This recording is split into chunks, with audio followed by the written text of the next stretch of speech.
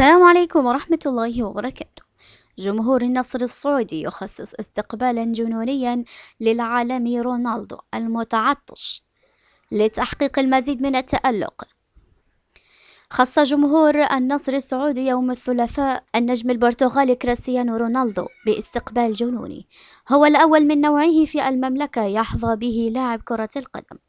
وهتفت جماهير الفريق التي غصت بها المدرجات كثيرا باسم نجم النصر الجديد. وقال رونالدو الذي يبلغ من العمر 37 عاما بالمناسبة، وقال فيها: مهمتي في أوروبا انتهت، تلقيت العديد من العروض من أوروبا والعديد من البرازيل وأستراليا والولايات المتحدة وحتى في البرتغال.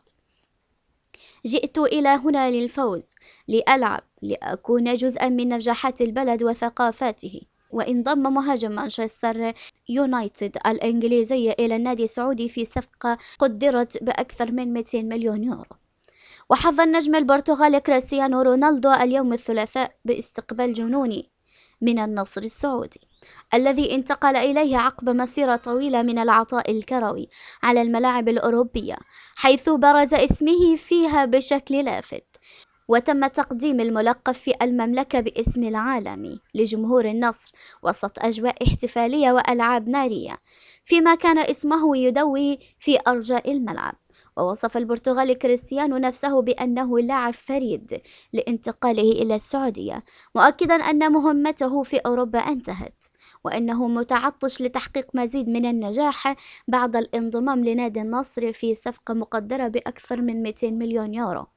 وصرح كريستيانو رونالدو خلال تقديمه في مؤتمر صحفي وقال: أنا لاعب فريد من نوعي، من الجيد الحضور إلى هنا للسعودية، حطمت كافة الأرقام القياسية هناك، وأود كسر القليل من الأرقام القياسية هنا. وتبع أيضا وقال: اللاعب الذي ارتدى سترة رمادية ورابطة عنق سماوية والأقراط تتدلى في أذنه اليسرى. جئت إلى هنا للفوز، لألعب، لأكون جزءا من نجاحات البلد وثقافة البلد أيضا.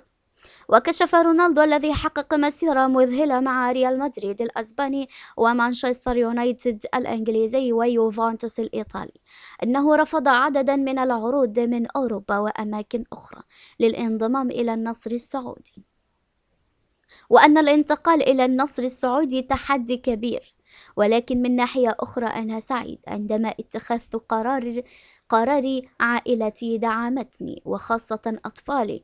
أنا حقا فخور وسعيد بالتواجد بالسعودية. ومن هنا وقع رونالدو مع النصر السعودي عقدا حتى يونيو 2025، وتقدر قيمته بأكثر من 200 مليون يورو بعد فسخ عقده مع مانشستر يونايتد الإنجليزي بالتراضي، إثر مقابلة تلفزيونية انتقد فيها بشدة ناديه ومدربه الهولندي إريك تين هاغ.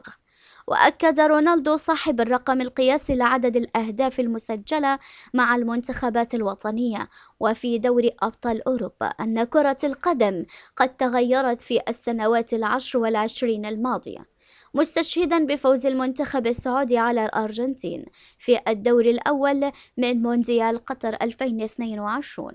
وقال العالمي: بالنسبة لي المجيء إلى السعودية لا يعني نهاية مسيرتي، ولكي أكون صادقا لا يهمني على الإطلاق ما يقوله الناس علي. وبعد تقديمه أيضا تدرب رونالدو مع فريقه الجديد لأول مرة، علما أنه قال في المؤتمر الصحفي إلى جانب المدرب الفرنسي رودي غارسيا: أتمنى حتى لا ألعب بعد غد إذا وافق المدرب. واجتمع رونالدو بلاعبي فريقه الجديد لدقائق، فيما كان الجمهور يهتف باسمه بجنون في أجواء شديدة البرودة لكنها شديدة الحماسة.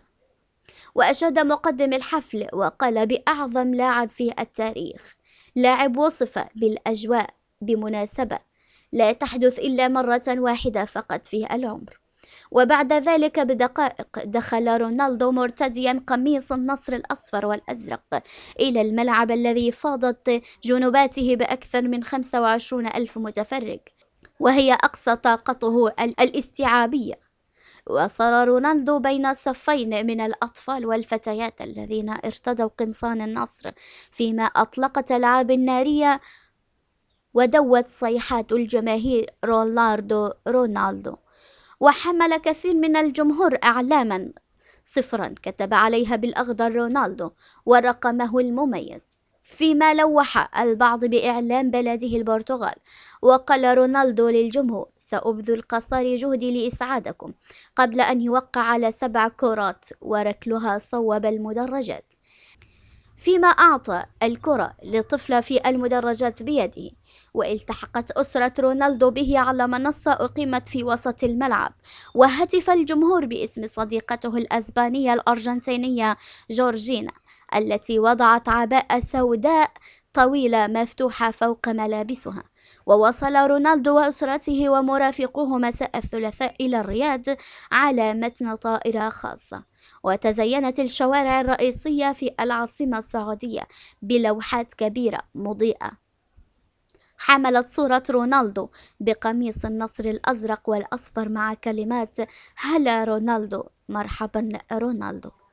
وتضيف صفقة رونالدو الكثير من البريق لسمعة السعودية الرياضية على الصعيد الدولي، خصوصا مع استضافتها خلال السنوات الماضية إحدى جولات بطولة العالم للفورمولا 1 ورالي دكار ومسابقات غولف ضمت صفوة اللاعبين وشراء نادي نيوكاسل الإنجليزي.